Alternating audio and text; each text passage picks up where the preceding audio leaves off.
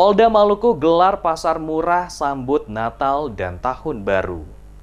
Menyambut Natal dan Tahun Baru serta HUT Yayasan Kemala Bayangkari ke-38 tahun 2018, Polda Maluku bersama pengurus Yayasan Kemala Bayangkari Daerah Maluku menggelar pasar murah. Kapolda Maluku Deden Johara mengatakan gelaran pasar murah oleh Polda Maluku sebagai bentuk rasa kebersamaan polisi di jajaran Polda Maluku dengan masyarakat, terutama bagi mereka yang akan merayakan Natal dan Tahun Baru. Pasar murah yang digelar oleh Polda Maluku dibuka selama 2 hari berturut-turut dari tanggal 18 hingga 19 Desember 2017 yang menyediakan berbagai kebutuhan pokok kepada masyarakat mulai dari gula pasir, tepung terigu, minyak goreng, telur, dan bahan kebutuhan pokok lainnya. Barang-barang yang dijual pada pasar murah harganya juga dipastikan jauh lebih murah dari harga di pasaran saat ini. Selaku Kapolda, dirinya berharap masyarakat dapat memanfaatkan gelaran pasar murah ini untuk memenuhi kebutuhan bahan pokok, terutama jelang Natal dan Tahun Baru. Dalam kegiatan pasar murah ini, lebih ditekankan pada kegiatan sosial.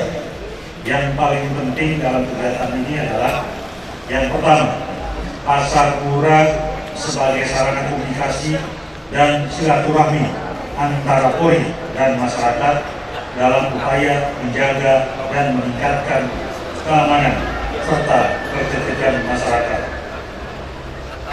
Kedua, para pembeli baik personil Polda Maluku maupun masyarakat umum dapat membeli bahan pokok berupa beras, minyak goreng, terigu, gula, dan yang paling utama mungkin kepada masyarakat dan ibu-ibu adalah telur yang harganya di sini mungkin antara 1.800 per biji.